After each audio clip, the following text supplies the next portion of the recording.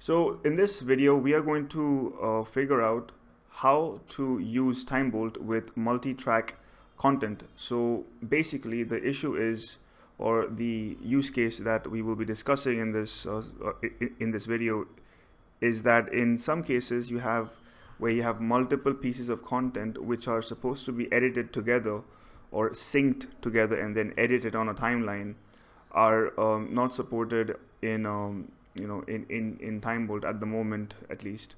So how do you do that even if they are not visible in this timeline? So what is this waveform? This waveform is the audio track of the input content.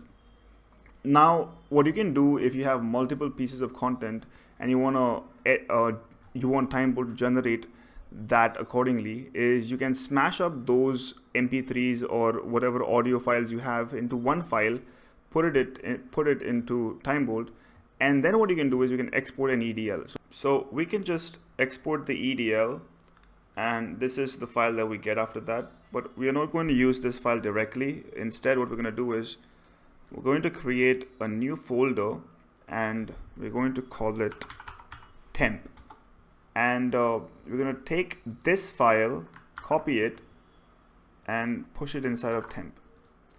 Now what we're going to do is we are going to copy this file again, or you already copied it once, you didn't need to copy it again, but oh well. We're going to add a number over here. Basically what we're doing is we're creating multiple copies of the same EDL file so that we can add multiple audio tracks. So the more EDL files you create, the more not audio tracks, just pieces of content, video, audio, both, just tracks. That's a better way of doing it. So you just have tracks which you can then add, and yeah. So let's see how you can import this into Premiere Pro. So the way you use your EDLs that you generated with TimeBolt with Premiere Pro is for multi-track support. Is you start off by importing the EDL into Premiere Pro. So you start off by importing the EDL. This is our first EDL, so that's what we are going to import. We're going to select NTSC. Okay. Instead of this, we're going to go to settings, and we're going to go into customs, and we're going to select 29.97 frames per second, and that's about it. So we're also going to name our sequence. So the EDL basically creates a new Premiere Pro sequence.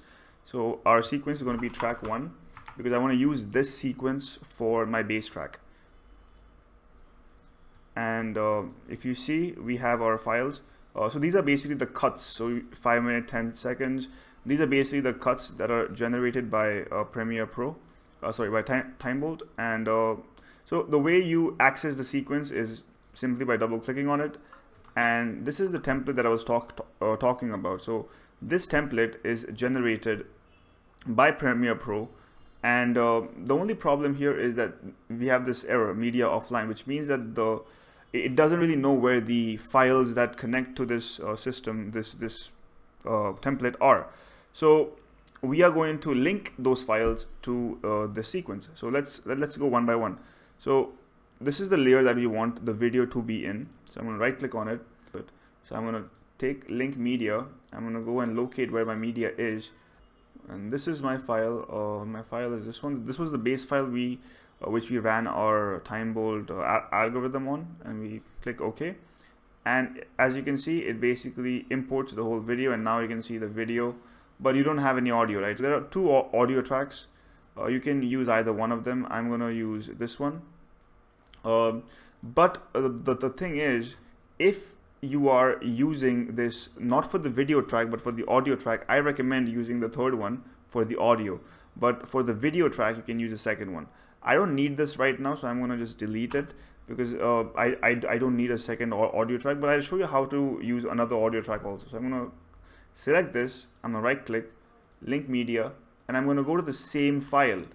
Yes, I'm going to go to the same file so I can load up the audio from that file, because I want to load up the audio from that file. And now if you see this is a complete timeline. And now what I'm going to do is I'm going to import another track. So for example, let's say you have an audio track that you want to be edited in the same manner. As I said earlier, what you want is all your tracks to be of the same length and be synced time-wise. So they need to start at t equal to 0. So let's import. So now what I want is, I have this friend of mine who is, for example, playing the same game with me, and I want his audio to also be cut in the same manner. So I'm going to right click, import the second EDL. So the more EDLs you have, the more tracks you can add, so don't worry about that. So I'm going to select the same settings that I had, 29 frames per second, and everything's the same. Click on OK. Now I'm going to go inside. So let's just rename this for better understanding. It's going to be track 1. This is going to be track 2. So I'm going to go inside track 2, and I'm going to open up that sequence. I'm going to name this also track 2 actually. And as you can see, we have 2 tabs now. So this is our initial one, and this is our new one. In this one, I just want to add the audio. I just want to add the audio in this one. So I'm going to take this part and delete it and just keep the audio. And what I'm going to do is I'm going to select the audio, and I'm going to go to my audio file that I want to add up. I'm going to click on locate, and then this is my audio MP3. So I'm just going to use this, and as you can see, the audios have been cut in the same manner. Now what I'm going to do is I'm going to combine these 2 tracks. So I'm going to right click and create a new sequence, and that sequence is going to have the same settings. You can use whatever settings you want, 29 frames per second, and great. I'm going to call this my final sequence because I'm going to combine everything. And my final sequence is open. I'm going to take the track 1, copy it, go to final, paste it. It's a little big. And then I'm going to go over to my second track, copy it, and I'm going to paste it. But my second track is like this, so I would be dragging it to the bottom. And similarly, you can do it for multiple video files, multiple audio files, and as many tracks as you want. And that's how this will work. So this works with version 2.4.3 and above, so make sure you get this version. So thank you for watching, guys.